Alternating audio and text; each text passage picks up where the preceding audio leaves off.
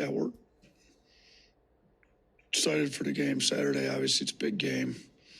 First time in program history that college game days here for Alabama basketball. So, programs come little ways that they want to come here for a game, and it's obviously not the SEC championship, but it's going to go a long ways in determining who the SEC champion is in the regular season. So expect to have great crowd, expect to have a great crowd for college game day. Crowds have been amazing this year, and it should be a great environment. But I will say this, we want to make sure that we're being respectful and considerate of our language and signs and everything for college game day and during the game. It's going to be a fun Saturday morning, fun Saturday night.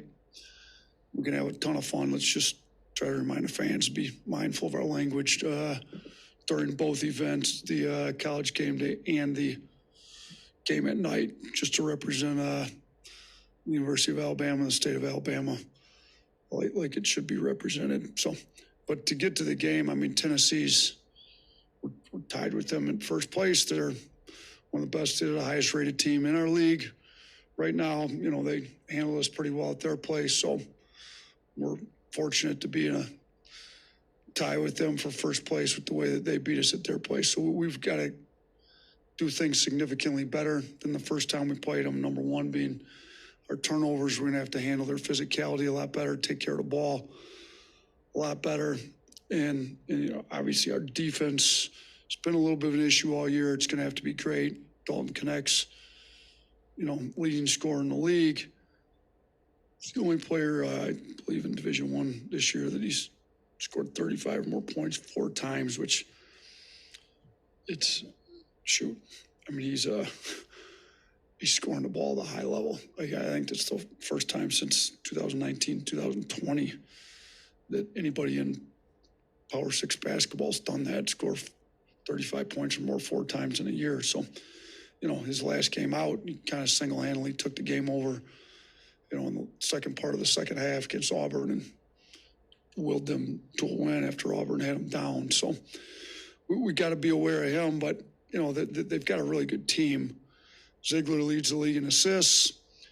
So, you put too much attention on Connect and you open the floor up for Ziegler. Adu's been very good inside. Again, you pay too much attention to Connect, and all of a sudden Adu starts hurting you. So it's not like this is a one-man band. Vescovy's been one of the best guards in this league for a long time. They just took a very good team, one of the best teams in the league, added the leading scorer in the league to it and Connect, and now they've got a team that's, primed to get a 1 or a 2 seed, and I'm sure anything short of a Final Four run, they'd be disappointed with the end of the year. So it's a really good team we got coming in here with the SEC league title on the line. Yeah, just wanted to see if you had an update on Latrell and how it progressed. Yeah, so obviously with the head injuries, you can't rush it. He's going through workouts. It's really day to day based on meetings with Clark, our trainer, Dr. Bittner, our doctor, and the neurologist. And they say he's doing really well and he's getting much better, but it's not something a coach can just, when he can play, they're going to let me know he can play. So I don't have an answer yet on that, but hopefully it's here pretty quick.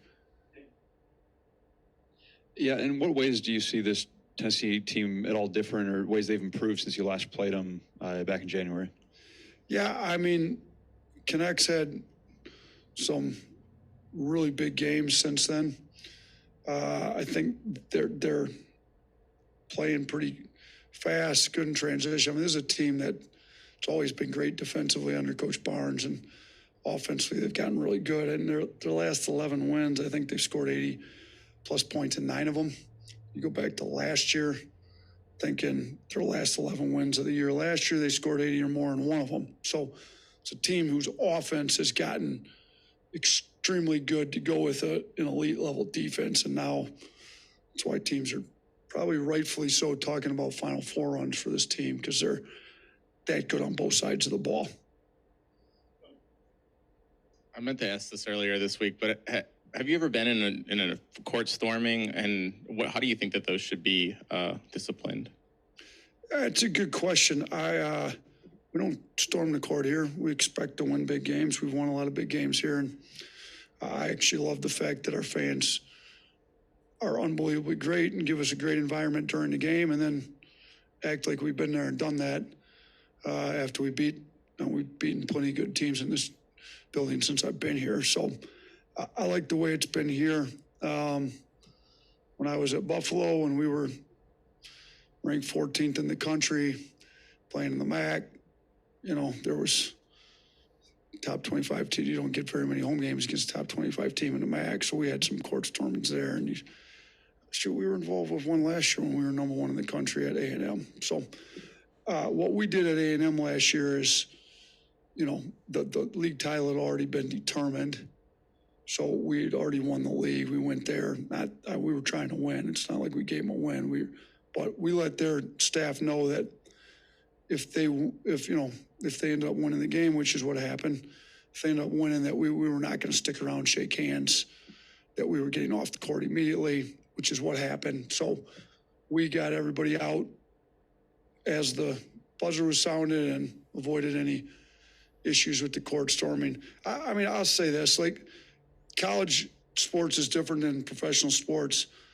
The court storming, is something that's kind of lined up just with colleges. If players are getting hurt in it, they didn't do something about it. So whether it's, somehow eliminated, and we've done a great job here of never storming a court. Like I said, though, like Alabama sports in general expects to win big games. Football's won a bunch of national championships. They got 5 or 6 different sports that won national championships. We expect to win around here. Some other places that winning a big game doesn't happen very often, they feel like they need to celebrate. Like if you know it's coming, get the kids off the court. The handshake line at the end, it's not disrespectful, in my opinion, if you let them know before. I mean, we let Coach Williams know before that we weren't going to shake hands if they ended up winning the game, just to avoid any kind of situations like what happened last week. When you look back at tape of the Tennessee loss in Knoxville, did that loss trace back to defense, or was it a lot more, involved in that? It was defense was probably number one problem. Our turnovers on offense were probably equally as big of a problem. And when you turn the ball over 22 times and you're feeding their transition off your turnovers, and your defense isn't that good to begin with, now you got a real problem, because you're not going against your set defense enough because you're turning it over. Your set defense isn't good enough when they are going against it. And then when your defense isn't good enough, you're not getting out in transition. So you're not getting easy buckets, and it just becomes cyclical. Like, you don't get stops. You're always taken out of the net. They have their defense set. They're super physical. They're into you. They're turning you over. They're getting easy buckets. Now we're going against a set defense all night. They're going, and it got very cyclical in a downward fashion, and it wasn't good. We've got to establish, we're going to take care of the ball. We're going to get our defense set. We need more stops.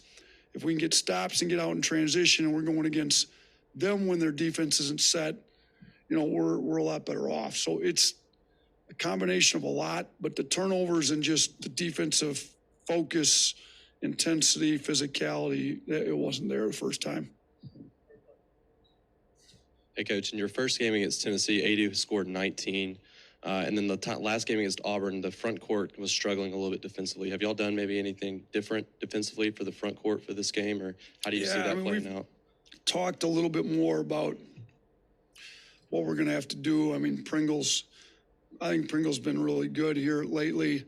I think he's going to be a little more primed and ready for the game. I think, some of our younger kids have grown up a little more. I told our freshmen, it's March now, we don't need you to be acting like freshmen. You need to look a lot more like sophomores. You played a whole season of basketball and gotten a lot of reps. So hopefully Jaron, Mo Diabate will be a lot better for us. But, our front court guys just got to be a little tougher. They got ducked in all night. And Adu's big and he's good, but we got to make it a little harder, and our guards got to do a little better job not letting the guards get it so deep and making it easy to just drop the ball in like they did last time either. But yeah, we've talked about possible traps, you know, when we've trapped from the baseline, from the top. We've done it different ways this year. I mean, we played some of the best bigs in the country with, back in the non-conference, we went 3 straight games where we had Edie and Kalkbrenner and then Balo from Arizona. So we've worked on some traps and we've revisited some of that stuff we had done back then. I was just curious on Latrell, if while he's been in this concussion protocol, if he can do conditioning work or do any kind of practice work. Yeah, he's been doing that. So you have they've got a whole process that I don't know exactly how it all goes. The trainer handles that with the team doctor, but yes, he's back doing basketball workouts and conditioning and all that. And they say it's going really well. So it should be any day here he's able to play games. All right, thanks.